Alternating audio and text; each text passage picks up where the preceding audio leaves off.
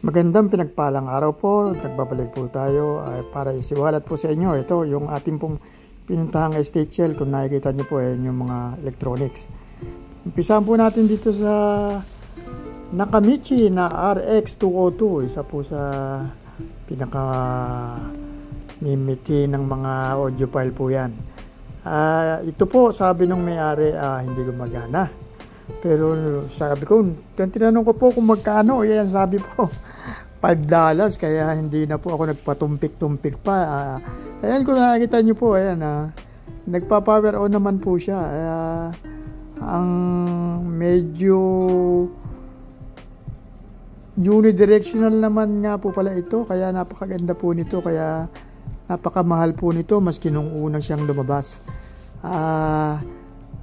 Ang ibig po sabihin ng unidirectional, yung tape po niya bumabaligtad ng kusa pagka at makikita niyo po ayan, pag in-eject po okay po siya, tapos nilagay niyo yung tape, ayan umiikot po yung kaya hindi na po gumagalaw yung pinaka head po niya, kaya napakagandang technology po nito nung kapanahunan niya, kaya naman marami po ang naghahangad na magkaroon po nito. So ito nga po pala, ang sabi po ng may-ari $5, kaya talagang hindi ko na po kinuha ko na po kagad dahil ayan, nakikita nyo po yung comms po niya, mayroong 590, may 500, may 595, kaya ito po magkakalaga siguro to ng 4 to 500. Ang isa pa po maganda rito ang condition po niya napakaganda. At kung nakikita nyo po, ayan yung plastic na cover po niya na yan, pag ibebenta po yan napakamahal po. 200 doon pa lang po yan sa cover na plastic 200 na po ang bentahan, kaya ayan, sinubukan po natin pakikita ko po sa inyo kung ano ang depresyo po niya. Ayan, tinakita nyo, ang ganda, umiikot po yung ating tape na di na kailangan baligtarin. So ayan po, subukan po natin i-play.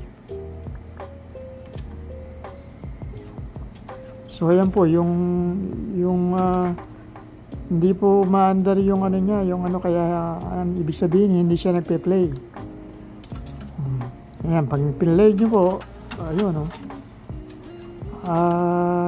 kinakain po yung tape, kaya siguro may mga kailangan palitan ditong mga goma o ano man. Pinanood po natin sa YouTube kung ano po yung kung paano ang pag-ano ito. So pero nagdalawang isip po tayo kasi baka ibenta na lang po natin. Gaya na sabi ko, yung plastic cover pa lang yan 200 na. Ito po susunod natin. Ito naman pong Sony na ES series. Ito po 5 disc na po ito, high-end na CD player po ito. Ayan po ang model na C5555ES. So ES model po siya. SACD po ito, kaya ayun, ang presyo po niya na nilist na po natin. Ito po yung sumunod naman, yung isa pa na Pioneer naman, nakakaraoke.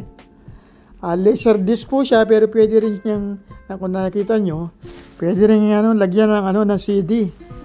Ang kagandahan po dito sa mga ito, napakaganda po ng kondisyon dahil alagaan ng may-ari.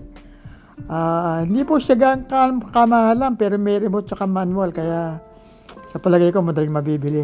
At ito naman po yung pangatlo nating yung Monster Power conditioner po yan, para po yung pagka nagkakaroon ng brownout at nagkaroon ng hindi po masisira yung mga natin. At yan po, may kasama pa po mga mic. Dalawang mic po siya, isang Pioneer tsaka isang ano ba yung pangalan nito, pero dynamic po siya, leader. May mga bigat po siya, kaya yan na po pala, binili po natin yan